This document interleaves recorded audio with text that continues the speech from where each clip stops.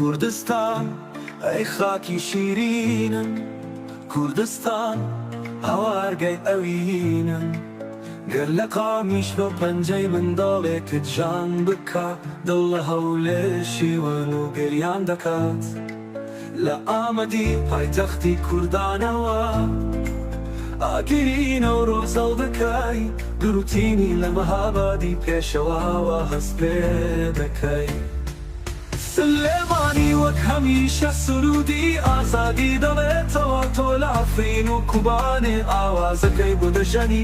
کوردستانم سنە و کرماشان ئازاریان هەبێت، تۆ لە ماردین وانەوە دەتلێتەوە.